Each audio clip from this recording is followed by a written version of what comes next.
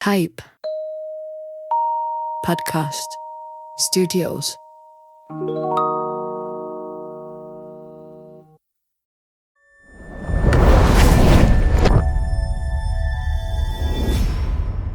Hi, I'm Anna and welcome to Paramount Media's podcast, Boardroom Backchat.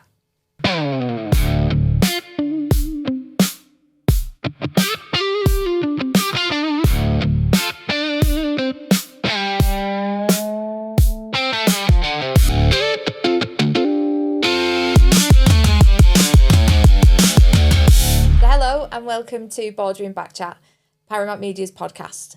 So we did say in episode 1 that we would be discussing the business topics, and we're diving straight in today.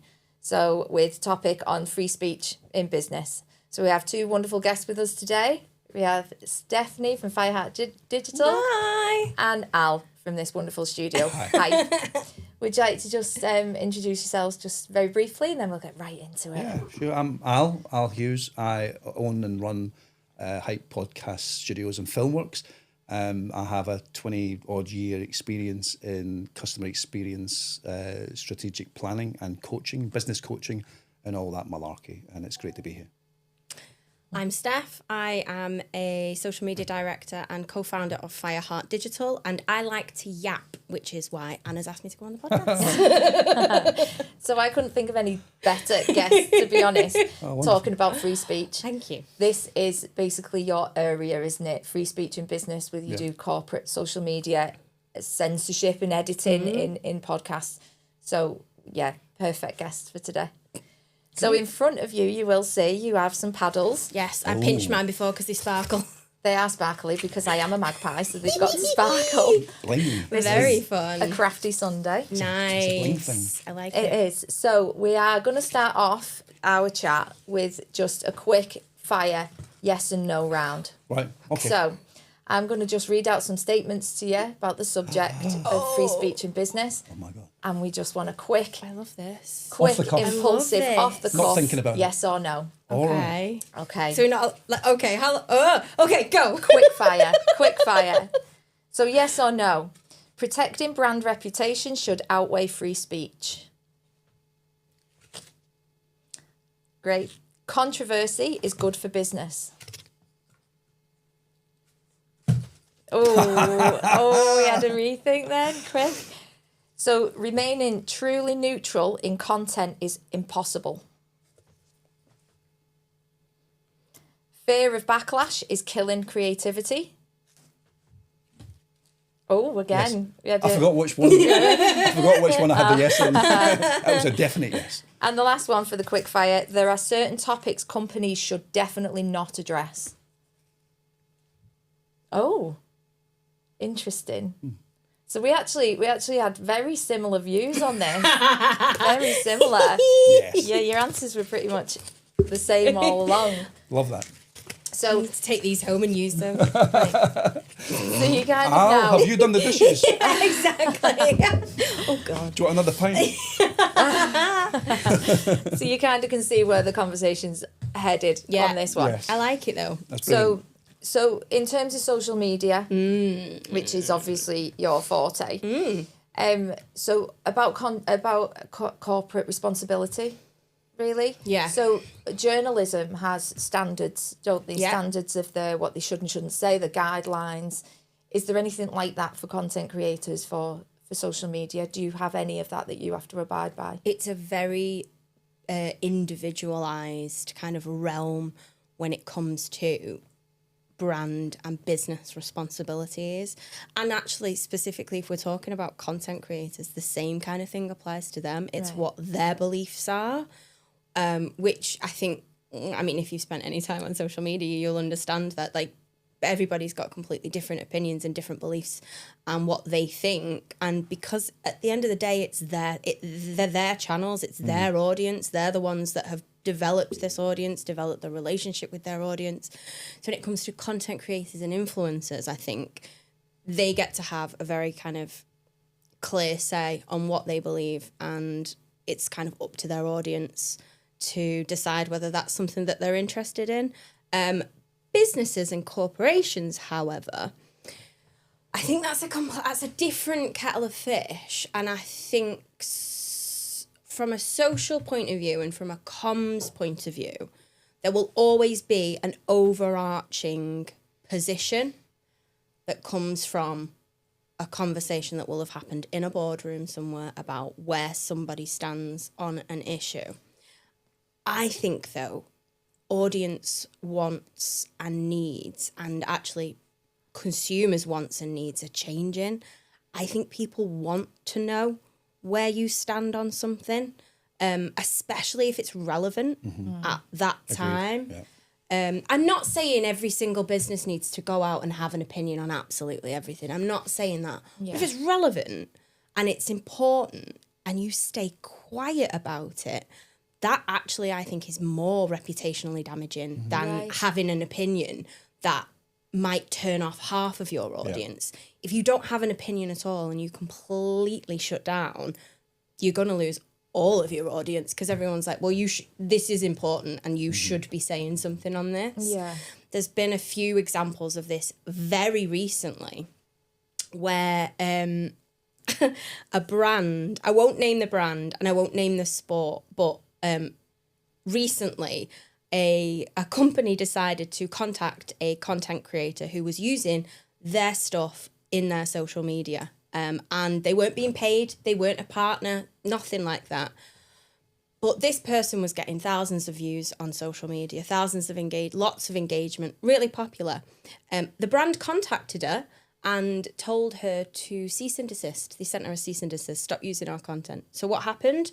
Well, all of those brands' competitors sent her stuff, asked her to be a partner. She's now like a partner of all of these competitor brands. And it just goes to show that you've got to be very careful about the stance you take, because there's always somebody waiting in the wings to do it better than you. Yeah. And having that kind of like clear identity, yes, it might not be everybody's cup of tea, but the people that do identify with you will support you all the way. If if you stick to what you believe in and are clear about your beliefs, I think your audience are going to be much more loyal in the long run. Yeah. I think that's really important now. I agree with that. Yeah. Totally agree.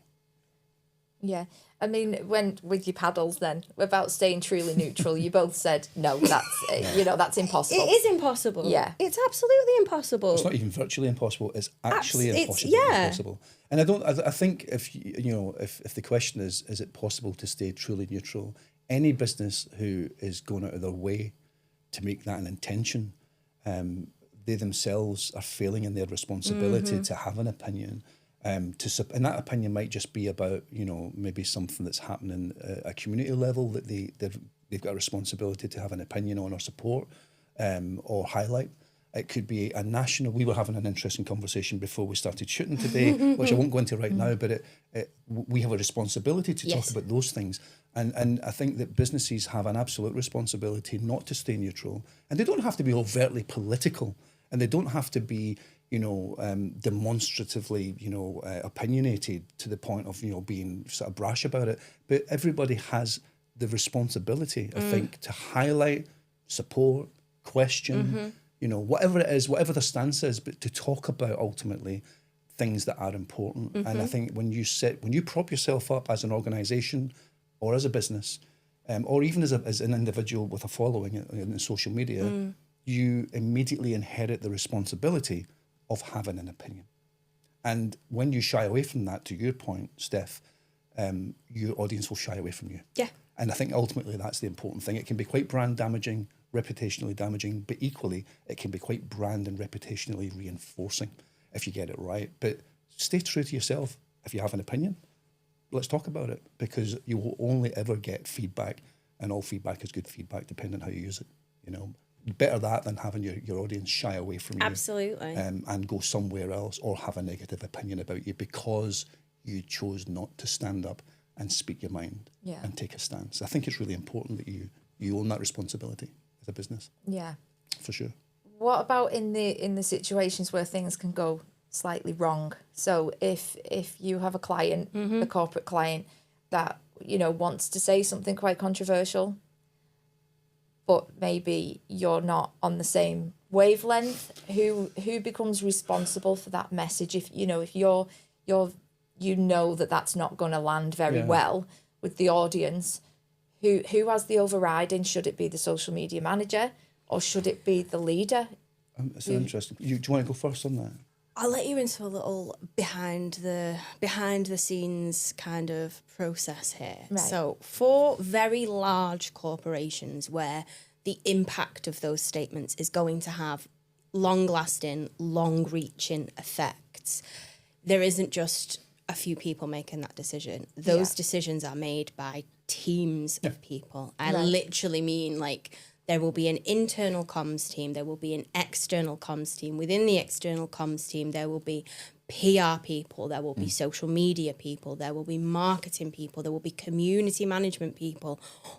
Every single one of those people within that hierarchy, sorry, that's a reference to something we were talking about before, in that hierarchy will have a responsibility to manage whether that is going to be damaging to the brand and reputation of the business, or whether that is going to kind of cement the brand reputation, the opinion, or the stance of said brand. That being said, there are leaders who will have these teams around them, and whether they're surrounded by teams of yes men or whether they're surrounded by teams of people that don't really know what they're doing, will let people go out and say these things that they shouldn't be saying, or things that will be brand damaging. And at the end of the day, it falls, and I think that's why you have that support system, is because it does fall to that leader. They're the one that said it. You've got the leader, you've got the person in charge, but they are in charge of that business. So it's the business's responsibility, and it's everybody within that business's responsibility to hold their leaders accountable. So if that leader has said something that the business completely disagree with, it is for the rest of that business to hold them accountable. I agree. I agree with that in full, really. But I think if I can sort of widen the answer a little bit to your question. But to answer your question in a different way, I think your question was, is it the person you're talking with? And when they say something that's a bit seriously controversial or maybe a bit damaging to their brand, or maybe damaging to people in the community, whatever it is they've said, or is it the company who are or the business who are staging that conversation? So, for instance, if it was Hype Podcast Studios and there was someone in having a podcast, or if it was Fireheart Digital, fantastic digital marketing company, by the way, get on that train. And if wherever you go, whatever conversation you're having, I think there's two responsibilities to answer your question. I think the ultimate responsibility is with the individual who is speaking on behalf of their brand or their cause. You know what right and wrong looks like. And if your opinion is an unfair one, for example, let's say you're saying something in a conversation, and thankfully the amount of people that are saying things like I'm just going to say next, just as a matter of course, is diminishing. But let's just say somebody's in a conversation and they say something really unfair, unkind about gay people, right? Or about it's a racial comment or whatever. And we know that comment in its context is simply bang out of order and is damaging not only to the brand, to the individual, but to the very people that they're discussing in a negative way. That responsibility of saying that thing sits with that individual. They should know better, and they should know what's good and bad and right and wrong to say. But the production house or the social media management team, whoever that happens to be, also have a responsibility to filter and fact check that and sense check it, and ultimately say, I am or I am not putting that out, because it reflects on their brand as well, but it also reflects on their values and their belief system. So if somebody says something that's outwardly unfair on other people, I have been known, and I do it every day, I will edit those pieces out. I will explain exactly why they don't sit well with me. I think they're unfair to the community or the people that they're talking about, and I will not propagate that. I will not broadcast that and support that kind of viewpoint. If I kept that in, that might reflect that I share the same values.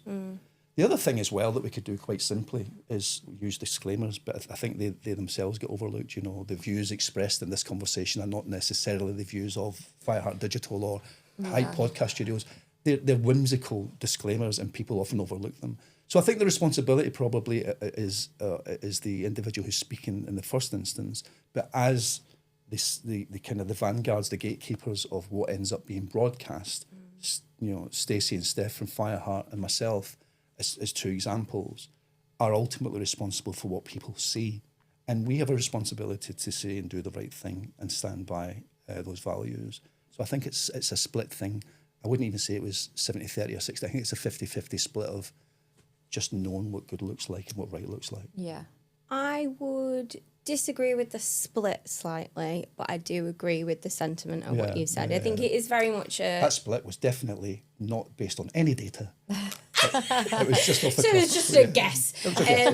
So this is something that I've been thinking about this ever since you asked me to do this podcast, and I'm so glad I get the opportunity to say it.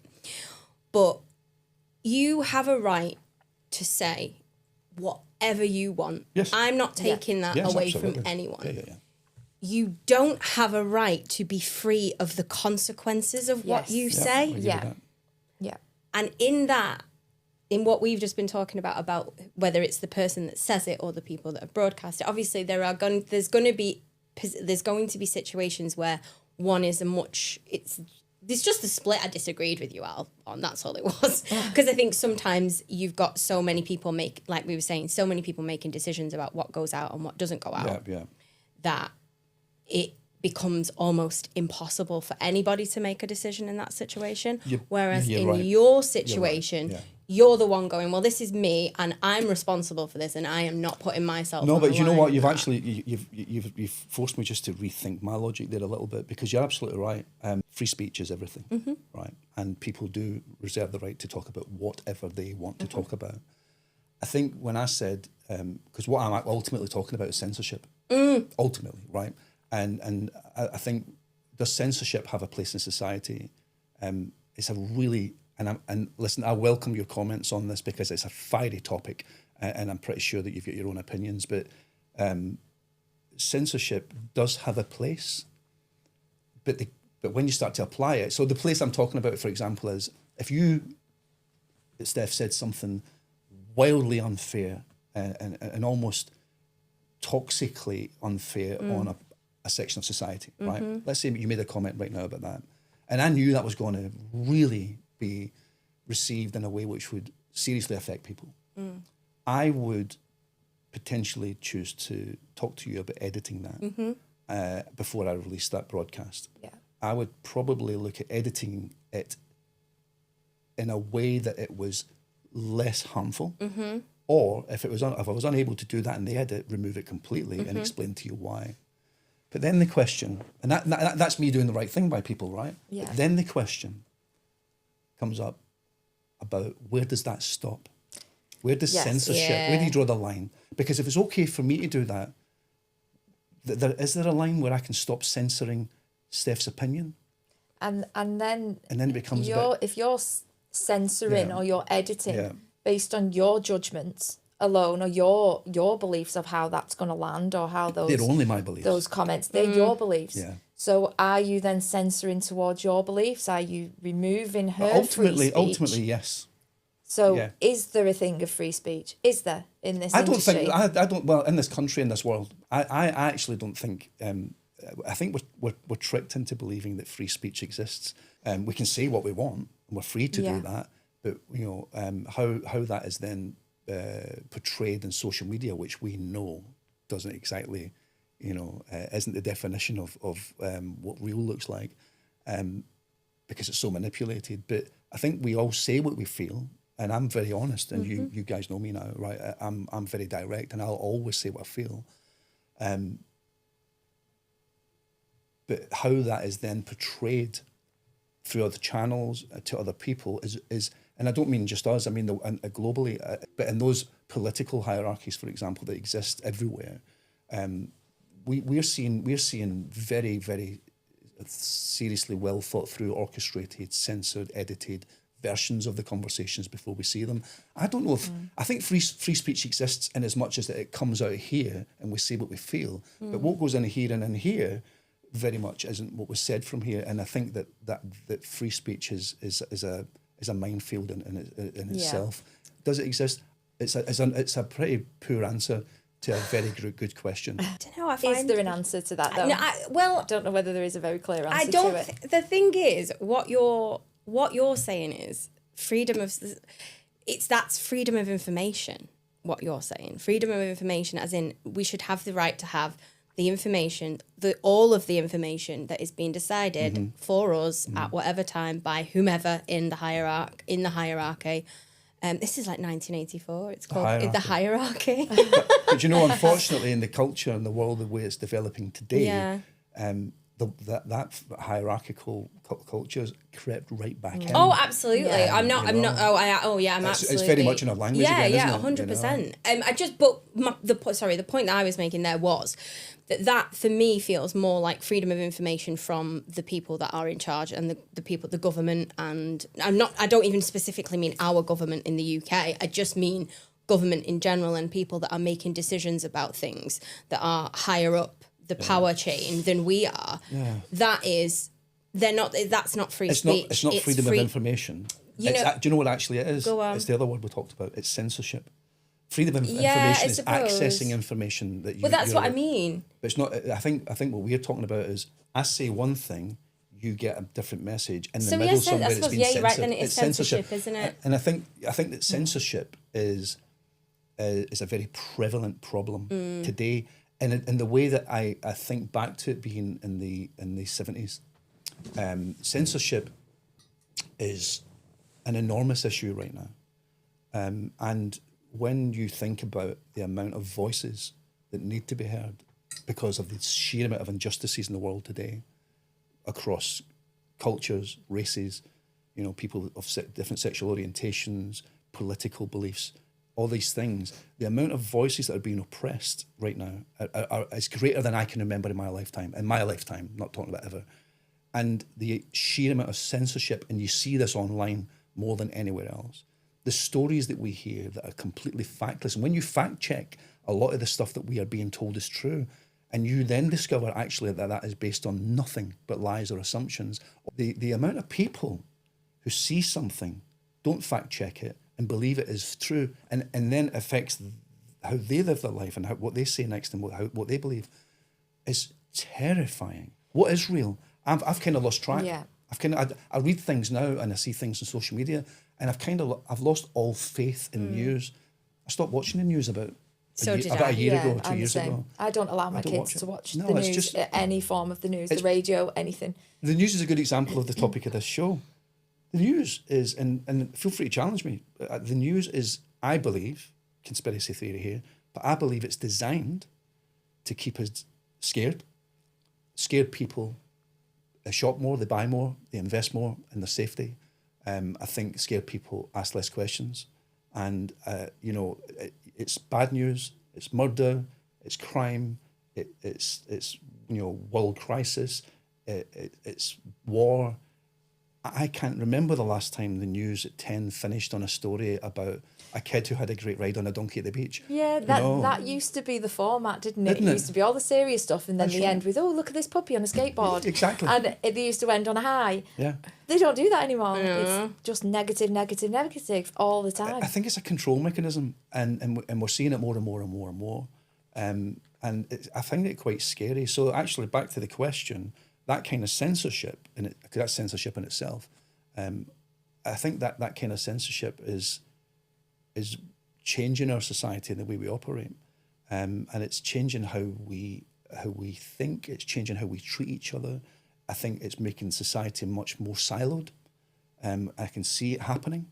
I can see where there was a lot of unity previously across cultures and different sort of aspects of society. I see society being much more siloed and individualised and compartmentalised now. People sticking to their own tribes much more now than I've seen in a couple of decades. It is interesting though that, because what you're saying, I think this is a big thing for me, and it drives me up the wall, because as soon as any of them have an opinion, doesn't matter who's in charge or what side of it is, as soon as any of them have an opinion, they get brutally ambushed on social media, on, platforms. And, if they've got an opinion, well, you've got everybody and his dog in the comments either agreeing, yes, amazing, this is what we wanted to see, or this is awful, So now we've got these, the leaders of the two biggest parties in this country who, like you just said, can't really say right for saying wrong, because when they do say something that is good, you've got everyone from the other side telling them that they shouldn't have said it, and then vice versa. Or they'll say something so neutral that they go, well, what was the point of that? Yeah. What was that press conference for? Because you've not said a single thing of substance there. Yeah. So now we've got what we were talking about, the other side, where you've got someone on the right wing who spouts a load of whatever he spouts, and you've got people really rallying behind him because he actually says things that people want to hear.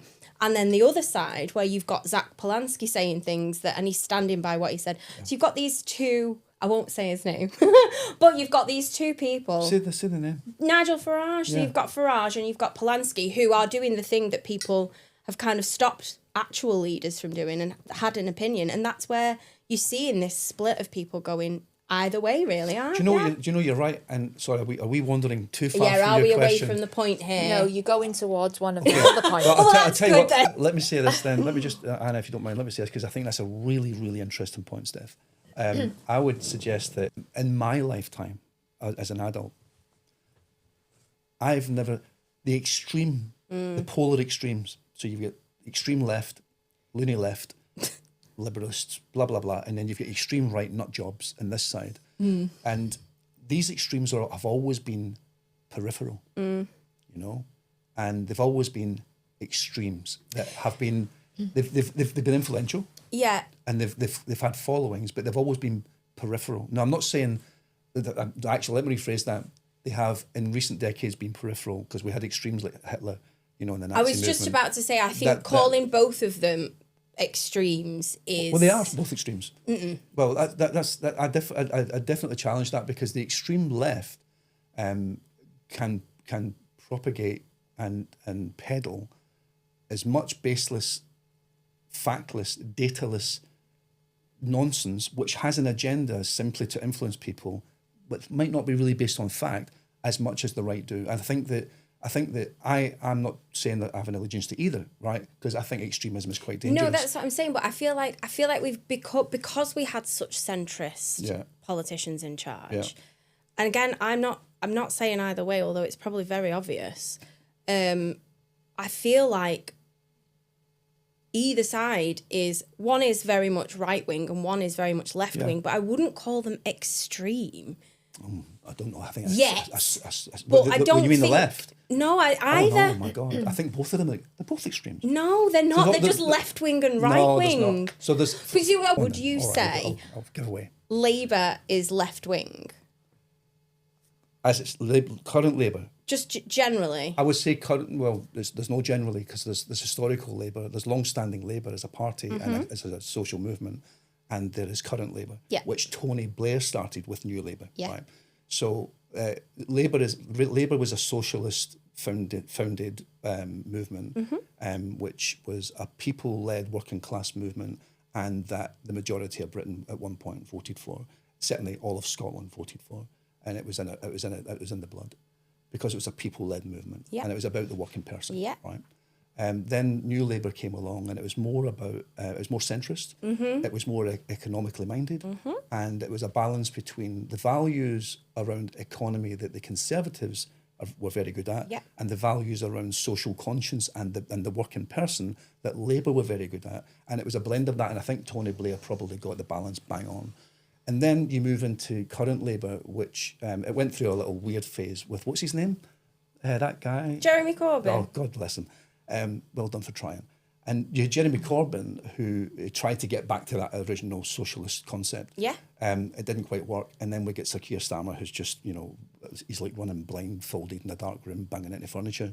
And so Labour currently, I think, are very confused. They want to be that centrist, economically led, people-centric party that they once were, but at the same time, there's a breakaway movement to try and go back to that. So I don't think Labour know what they are right now. But let me just pick up on the point about extremes, right? Because this is important. If you look through history, I mean all of history, right, there have always been extremes. And that's the whole makeup of it. So you have a centrist society, not just political movements, right? You have a centrist society who are people who are. It's just a blend, isn't it? Yeah, The reason it's centrist is because there's people of all sorts of opinions, and they're great economists, people think, and they have a social conscience, and you know they're good at managing our well-being as a nation, and our economy, and how we grow, and our GDP and all that stuff, and our well-being as human beings, how we feel, and our health and all that good stuff. So this centrist sort of movement, and then outside of that you have left and right, right, and left and right are let's just use the two obvious examples: the Conservative Party and the Labour Party. They're in the mix in the centrist piece, right?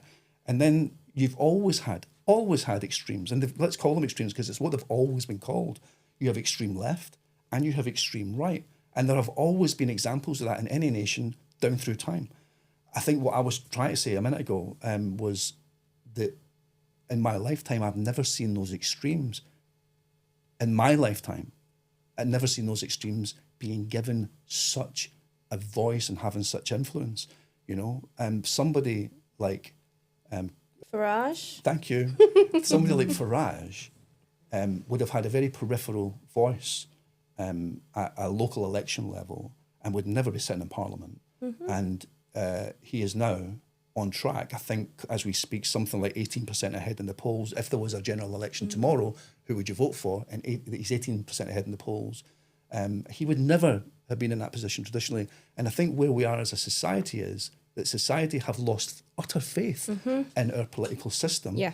The Conservatives destroyed the country. Labour have just dug the hole deeper. Nobody really seems to have an educated leader who they can put at the front of their party, who really understands what we need as a nation. We've had so many examples of corruption in our political parties, ripping us off with expenses, taking us advantage of us as a nation, and lining their pockets with gold while we suffer. And I think people are at the point where they just have lost so much faith in our political system that they're going, okay, well, that hasn't worked. So Nigel, over to you. Yeah. And I think that's where we're going now. And I think that's the nation has said, no, thank you. I'm now going down this road. Sorry to interrupt. Go No, I on. was going to say, No, so those extremes are finish. very, very real. And they've always been there. They're just being legitimised more now because people have lost utter faith in where we are. And I blame our political parties for that. Yeah. I totally blame them. And it's no surprise to me that people are now looking to the extreme edges of left and right. And it's going to be a very interesting general election when it comes. I think so. Just very quickly on that, do you think there's a world stage influence there as well? Yeah. Because that's something that I think about a lot. Yeah. Like I think about when we look at other countries, specifically America. Yeah.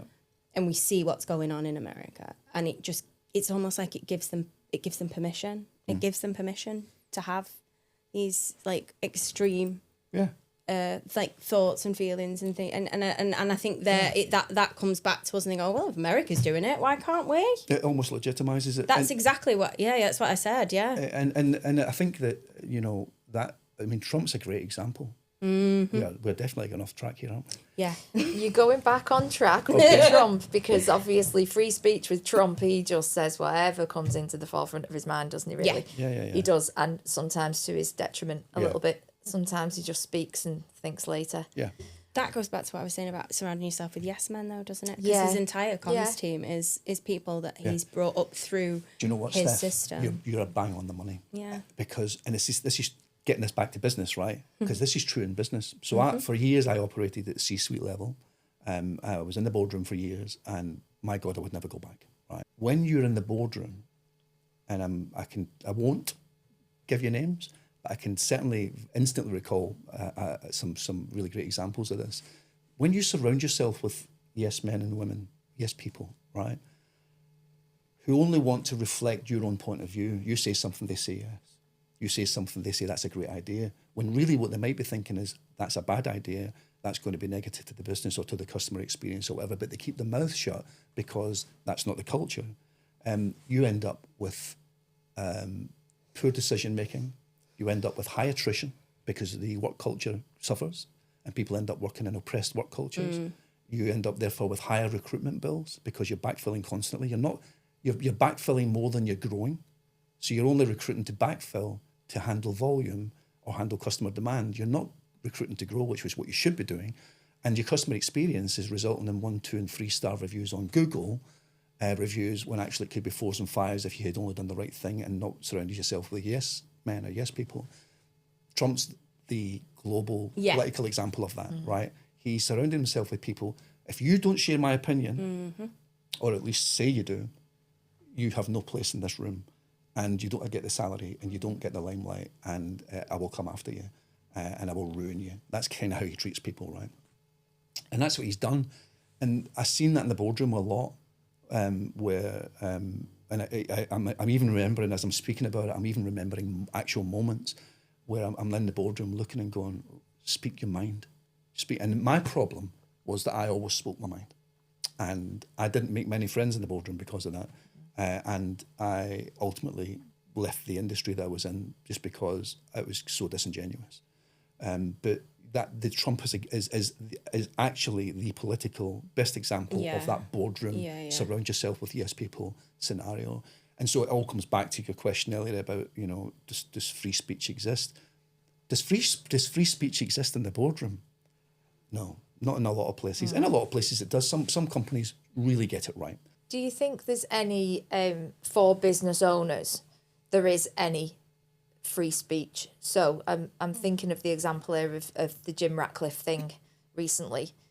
So obviously expressed his own personal opinion in an interview about economy, about immigration, said a word that was quite controversial, obviously, but they were his personal opinions, his personal beliefs in an interview, not related to Manchester United, not related to his fuel and energy, his enterprise there. But that then exploded to the point politics are involved, telling him to apologise. It then impacted his role in Manchester United. Yeah. Then potentially could he face charges and punishments from the FA? Now, is that right? They were his personal opinions, but then it could potentially just have a ripple effect right across his career. So is there free speech? Because, as I say, they were totally unrelated, but then it flowed over. Are they totally unrelated? Okay, so that's the first question, because I don't think you can have the amount of power that someone like Jim Ratcliffe has and him as a person be completely separate from him as a businessman. That's the first thing. So I don't think there's a world where, unfortunately, I don't think there's a world where someone with that amount of power and that amount of money can have an opinion on something and it not be directly impactful to the world around him. Okay, so for example, if it was myself, you, or Al, I think that's a completely different different story, because in a second, if you said something, I'd go, Anna! Yeah. Or if I said something, you go, Steph. Right? And that right there is accountability. I just agree with you because I'm terrified of you. I'm really not that I'm a yes scary. I think that right there is me, you, or Al holding each other accountable. Okay, we're holding each other accountable. Yes. We've said something that we shouldn't have said. Maybe we didn't mean it the way we said it. Maybe it was said out of context. Maybe we've said it as a complete slip of the tongue. However it was said or however it was meant, we're all here keeping each other accountable for what we're saying. There's only a certain distance that opinion will travel. Absolutely. When you are in the level of power that somebody like Jim Ratcliffe is in, he does not get the benefit of being separated from that power. He has too much money, too much investment in this country's economy, in the FA. He holds far too much power for him not to be held accountable. So does that mean he loses his free speech? Has he lost? I don't think. Can I just when answer you get that? to that level? Yeah. I think that. And sorry to cut in, Steph. I don't think it takes away his. Nothing should ever take away anybody's right to free speech. Nope. Right. Everybody has a right to free speech. I think what it does is it puts a limiter on it. Not a limiter on having free speech. The limiter I'm talking about is on him and his responsibility to really think about what he's saying and to really sort of try and I think it's saying goes for anybody in positions of great power where their sphere of influence is immediate and wide, right? So I say something and it has an immediate impact on the community, the town, the region, the country, the world, right? The people. And I think that when you have that kind of power, you have to think more carefully about what you're going to say before you say it, because you have a responsibility to safeguard how that makes people feel or how that changes an economy. You can say, and I really, Trump, you can say something as Donald Trump off the cut, and he does it every day of the week, off the cuff, because it's just how you feel at the time. And it can alter the world's economy. Now, you have a responsibility in that position to really think about it before you say it. Yeah. And that's why we miss people like Obama, right?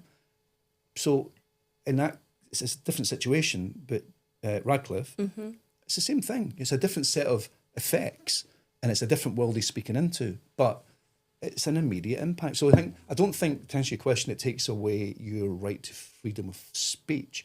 It just gives you an extra layer of responsibility to really think about it carefully before you say it.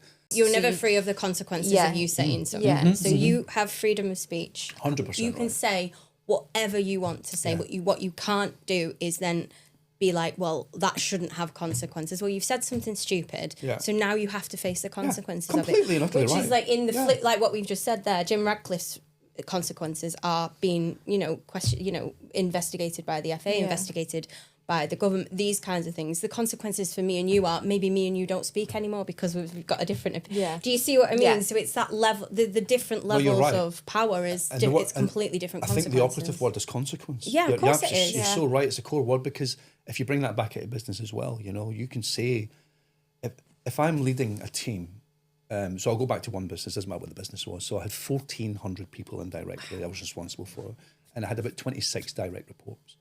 And it was on me, what I said, how I said it.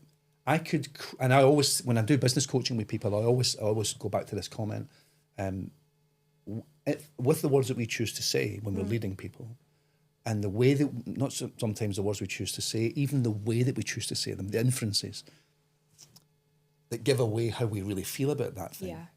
We can crush people's day, week, month, year. We can destroy people's ability to have faith in themselves, to be great at what they do, or we can lift people to the highest extremes and make them believe that they're capable of anything. So it's the same thing. The consequences of that for me are that I will either be held up as a great leader who has his people at the core of his thinking and actually doesn't operate in a hierarchy, but operates in a community where everybody has a voice. And that's the place I want to work. That's the place I want people to come and work in. That's the place where you'll grow. Or I could just be somebody who sacks you when you get it wrong, shames you when you don't get it right, and when you consistently don't do the right thing, humiliates you to try and make a point because it helps my ego grow. But the smaller you feel, the bigger I am. And I worked in those cultures. And I think that the consequence of that is that people will operate under fear for so long. I better get this done because I don't want, I'm scared of Al. And eventually that fear disappears and it becomes bitterness, and that bitterness becomes attrition. And that attrition affects your reputation as an employer. So you can be an employer of choice, or you can be an employer that people run from. And so that consequence in leadership and business, which is I know what we're talking about, is massive. But if you take it all back to its genesis point, where it begins, it's the individual who knows what's right and wrong. These are personal choices. And I think that, that was brilliantly put. I think consequence is the key word. We should never stop people from being who they are or how they want to be. But if you're going to be that thing and that thing happens to be negative and damaging, you own the bloody consequences of that. The end. So when someone comes at you and says, you're a terrible leader, you've damaged my brand, I'm taking your job away because you've been so brand damaging, our attrition is at 156% annualized when it should be at 23%, because of you, and you lose your job, don't you throw your arms about in the air and say that I feel unfairly treated. You created that reality. And that kind of negative leadership, I'm sorry to say, still really is quite prevalent in business today. And we need more leaders who think about how they treat people well in work cultures.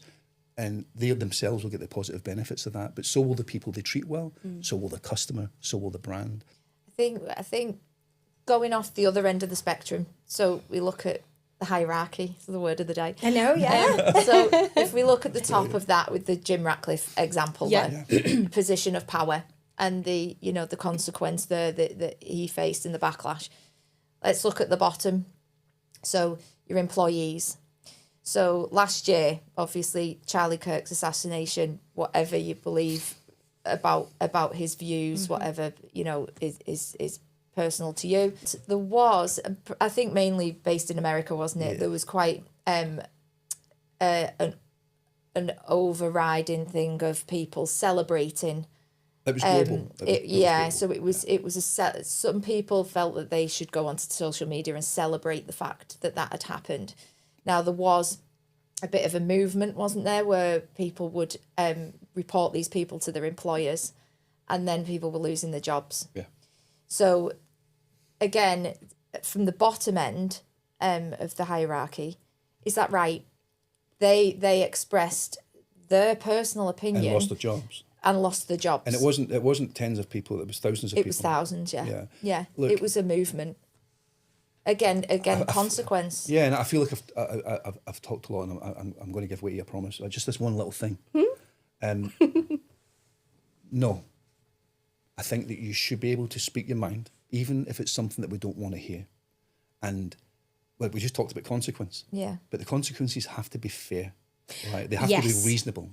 So if you say, "Yeah, Charlie Kirk's been murdered. Wow, that's great. Let's get flags in the streets and have a party. Fuck him," right? If you say that, then I'm glad he's dead. I'm glad his child is fatherless, because these were all real comments, right? Mm-hmm. If you say that, you deserve the consequences of feedback for that, right? You deserve to be told what an idiot you are. Yeah. It doesn't matter how you feel about Charlie Kirk, right? It doesn't matter how you feel. What you're saying is, I am glad that a wife is husbandless and a child is fatherless. It doesn't matter what his politics were. In that moment, that's what you're saying, right? Yeah. And you deserve to be called horrid. You deserve to be called a horrifically unfair and unkind person for that. Do you deserve to lose your job for that? I don't know. Those are awful things to say about anybody. Anyone. And people but again, it goes back to this kind of equality or equity of consequences versus impact, because depending on how many of these people are in one business, like you've just said, is it going to affect that business dramatically, knowing that there's people that have that opinion? Is it just because they said it out loud? Do you see what I'm trying to say? Yeah. There's people who have me and you might have had that conversation, right? Me and you might have had that conversation, and we've said those things that were said, and then you might have been listening and you might have gone, well, that wasn't very nice. Yeah. That was awful. Yeah. Those are not the human beings that I thought they were, right? Yeah. But again, it comes back to the fact that we're just in this room together. Now we've got the same opinions of people that have said this on the internet. This is where I'm kind of getting is what's the line there? So where's the line of consequence? Let's add that word in, right? Yeah. Because I think that's the question. And then there's the other thing about social media. God, we could talk about this for days. I would get onto that's another podcast. Yeah. Well, let's do it. I think, look, where's the line on consequence? If I had a business, well, I've got a business, and I'm just about to employ my very first member of staff soon, right? If that member of staff said those things that we've just talked about outwardly and was waving flags, and celebrating the death of a human being and laughing at the child with the face covered in blood and all that stuff, would I release that person from employment in my business? I have to say, I probably would, right? Is that fair on that person? I would probably suggest it won't feel fair to that person. It would feel like an extreme reaction. But It's consequence. And it's also, we were talking about before, aligning your company's beliefs. Values. And values. And so it's important to me. The reason I like YouTube is human beings, right? Because I've got a bit of a love affair for you two guys, right? And some of the other people that we know. Is because you do align with my values around what kindness is. So all of my business values are based around kindness, right? So if someone does that thing and says those horrible, horrible things, regardless what it's about, if it was a right-wing person, a left-wing person, or somebody in between, it's a human being. And there's such horrible things to say. Would I release them? Probably. How could I justify that? It didn't align with my values around kindness. It was a simply horrible thing to say. It would be probably quite damaging to my business to keep that person on. And you deserve what you get, right? And that's the consequence of that. That person would probably think, hang on a minute, that's extreme. I'm taking you to a tribunal. Well, I'll see you in the tribunal then, and I'll justify the action. But it begs the question, where's the line? You cannot open your mouth and speak your mind without realising that you have to accept the positive or the negative consequences of that. And if the negative consequence is saying those horrible things about Charlie Kirk as I lose my job, then that's the consequence. I also believe... But is it fair? Well, I don't know. Yeah, I completely... I think it's a really interesting conversation to have, because right? I do think it is... Yeah. There's so many kind of peaks and troughs and turns in it. But what I do think... an issue that we have at the minute is accountability for our leadership. So our leadership, and I'm not talking specifically about the UK, I'm talking about world leaders across the world stage, but then a lot of them are not being held accountable for things that they say. So then when Joe Thumb says something on the internet, and then he is held accountable for what he says, and somebody pulls him up and says, there is a consequence to what you've just said. Yeah. That's when it becomes, well, how come I have to face these consequences, but so-and-so doesn't? Yeah. And that, I think, is a real, it's a real, so then you, but it is, isn't it? So you've got all of the, whoever it is, it doesn't really matter saying the things that they say, not being held accountable, being able to get away with saying slurs, saying awful things about people. They're not being held accountable. So then, but I am. So if I work for this brand, I lose my job. Yeah. If I work for that brand, I don't. Because there's that inconsistency around consequence. And it probably comes back to what we were saying about Jim Radcliffe, because he's seen people say things with similar levels of power. He's not outside of those circles. Let's be real. Yeah. And they've gotten away with it for however long they've gotten away with it for. He said something and the absolute roof has fallen down on him, and he's gone, whoa, hang on a minute. Why am I getting this now? Yeah. Nobody else seems to have had this go on. No, and that's why everybody's gone, well, that's not fair. No, it is fair. We just, the corruption or corruption I think is a strong word, but it probably applies in this instance. It's like 100%. The corruption is that, well, they're not being held accountable, but that's not like our response. We cannot hold them unless we go into like revolutionary France era and start like Les Mis in this place up. Les Mis in this place. Get the guillotine out. That's extreme left. I love it. You're for the chop. That's where it came from. Viva la revolution. And your question was, if someone says these things about Charlie Kirk, is it fair that they lost a job? What's your view on that? I would say the same thing, to be honest. If that was somebody that worked for us, it wouldn't align with what our values are. Yeah. So that would be. And you could stand up to that as a fair decision, couldn't you? Not because of who he was, not because of any of my beliefs on what he used to say or anything like that, but just because that is just morally doesn't sit right with me to say about another human being. I think you're so right. So. But you're bang on the money. And do you know what? And this is another conversation for another day. Mm-hmm. So let's not go into it right now. But I was really affected when he died, and the way that he died, and the things that people were saying along the exact lines that you're talking about, reminded me of the level of unkindness that does exist in the world. Forget the politics, right? I'm just talking about the incident. Reminded me of the level of absolute unkindness that exists in the world, and that comes all the way back to your question about consequence. You know, was his outcome a fair consequence of his own beliefs? Exactly. Could he speak his mind, and what happened to him? He got shot for it. Yeah. But where do we draw the line? To Steph's point, you know, is death If sacking somebody for their beliefs around Yeah. what was said we're saying is justified,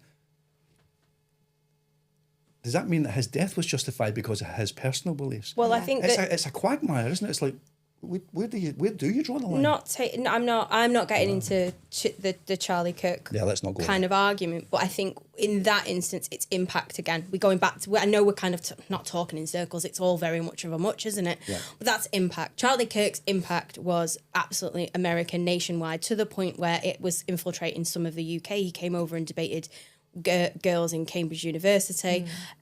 So Yeah, I remember the impact is much larger than So you the so person the here. outcome I'm you're not. saying This is- is. I'm. What I'm saying is. I mean, obviously, it's absolute. I feel like I'm going to talk. Maybe edit me out of this bit. But what I'm trying to say is. Can't censor you. What I'm trying to say is the impact is it's very different. What he said and his views on the world and Because how the sphere the of impact. influence is larger. Absolutely. But, so it's a question. I'm not saying the consequences of his actions were right. I'm just saying that okay. it's hitting so many more people that the consequences of what's been said are hitting people that wouldn't have necessarily Yeah. had. It's the power thing again, isn't it? Yeah. And the influence. Of course it It's- is. we've gone So back, like yeah. he's whatever's happened because he was on a platform where people knew where he was, they knew what he was talking about. But it was global. And it was global. And there's an analogy for that I've just invented, so it might not be a very good one. So here we go. If you make a unkind comment, or you say, or you have an unkind set of beliefs, and you keep perpetrating those beliefs or peddling those beliefs, it's like you've stepped in a puddle, and those few ripples are maybe community wide, right? And you're right, it's about sphere of influence. So your sphere of influence, let's say, for example, in that comment you've made, is witness. And witness hear it, and witness forget it in a week. The sphere of influence that's so global and so emotionally charged, like Charlie Kirk's was, it's more of a tsunami, isn't it? Because actually your sphere of influence is thousands, millions, billions of people. And when that heat rises and that emotion charges, it's a bigger fire. And so it's going to have a much more resounding implication. And so it's natural that there's going to be much more energy around it. and extreme Extreme both. reactions. Yeah. But it comes all the way back to your very first question. Was the outcome fair? And I don't think anybody in this room has got the answer to that today, but I would say one thing, not to simplify the conversation too much. To anybody watching, just be kinder. Yeah. Yeah. Be kind. Just be kind. It's not asking a lot. No. You know, and be kind in business. You know, treat people with respect in business. I think kindness in business is something that is lost, and I think Yeah. that Oh my is Yeah. it's a massive thing for me. Yeah. That and I think that comes down to. I'm going to give you another fist bump. Thank you. I think that comes down. Well, sometimes it comes down to not the men in this room, but sometimes it comes down to the fact that there's a lot of men in power, especially in big corporations, and I think it can distort that, like we were talking about earlier, the kind of power dynamic and how people feel, and the way that they kind of inject those personal. Yeah. Beliefs and also kind of how they handle things and Alpha processes. societies. Yeah, that kind of thing. I think that has a real impact on kindness in business. And I think kindness in business breeds better people. And I think we've been kind of it's been drilled into us that the hustle culture is the best thing for us. And that is a very kind of quick pipeline to, you know, like, well, I can say what I want because I'm in charge of me and I'm number one. And I'm not even just talking about men now. I'm very much talking about, like, everyone. But, yeah, anyway. I have one last conversation point. So, where do we stop with money? In the corporate world, where does the monetization of things affect your free speech? So, my example here is Spotify, Joe Rogan. Mm-hmm. Now, Joe Rogan, one of the highest, probably if not the highest ranking podcast. Mm-hmm. He will talk about anything and everything. Yeah. Very open speech, very open discussions about everything. But after COVID, there were accusations or alleged comments that some of his information was misinformation. Spotify received quite a bit of backlash off that, artists saying they're going to pull the content, their music. A lot did. Now, in response to that, their action was to put an advisory on Joe Rogan and put maybe, a disclaimer. Is a disclaimer enough? Joe Rogan, are they going to get rid of him, really, when he brings so much money in? Never. Would that action have happened if it was my podcast on Spotify? Would I have been you go? Would you just been given because I'm not ranking like Joe Very Rogan. interesting. But Paramount, we could easily be pushed off. Would we have got a disclaimer? Would that be enough for us? Is there again a power in money? I think my short answer to that would be, just because we know how the world works, you would have been kicked off, and Joe Rogan wouldn't, because Joe Rogan creates unending revenue and you don't, and that's the bottom line. So he's allowed to have more free speech with a little bit of an advisory because of his position of influence. He's bringing so much money. You've just answered your own question. Yeah, 100%. You'd have been kicked off in a nanosecond. You wouldn't have even been. I imagine you wouldn't have even been notified. No, and you just wouldn't find Joe the Rogan podcast. gets an advisory sticker. Was our free speech? Yeah.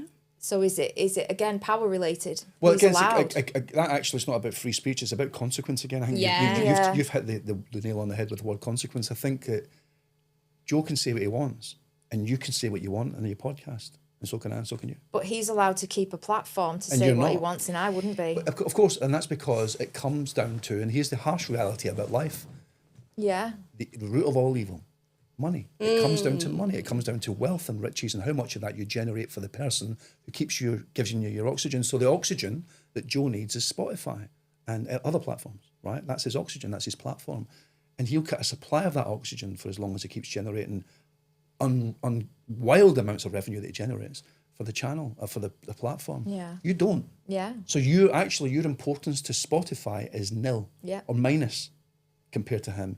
And as a consequence, the consequence of you saying that is that you're off. The consequence of him saying that is that he gets a waggy finger and a little black and white sticker on his podcast. The end. That is resonated through life in communities, in politics, in society, in sexually orientated groups, in races, in cultures. It's the same thing. If you look deep enough, it's just about how much money and influence you can shine on the person in power in that situation. It's not about anything else. It's about money. And that's the sad indictment of our life. Yeah. That's what it's about. Late stage capitalism, guys. Pow, pow. I think we've just gone full circle and everything. So I don't even think we've even answered a single question as is there free speech in business? We've kind of not even answered it. Yes. Oh, I think we have. I think we've absolutely I think we've tackled answered it that. resoundingly. Yeah. I think the answer is yes, there is. But the For some consequence is different for the person who said what they said, depending on how much value you bring. Yeah. I think that's the answer, You can I have think free speech, you just can't be free of those consequences. And those consequences are dished out by whoever holds the power. Well, I think we've gone full circle. I've loved and it. I think we could have talked all day, to be honest. I could have carried on. Questions are brilliant. I really enjoyed this. Thank you for having me. Thank you. No, so thank you. much. Yeah. Thank you for coming on and being our first guest on Paramount. Hey. On That the was awesome. Boardroom Backchat. Loved it. So we'll see you next time.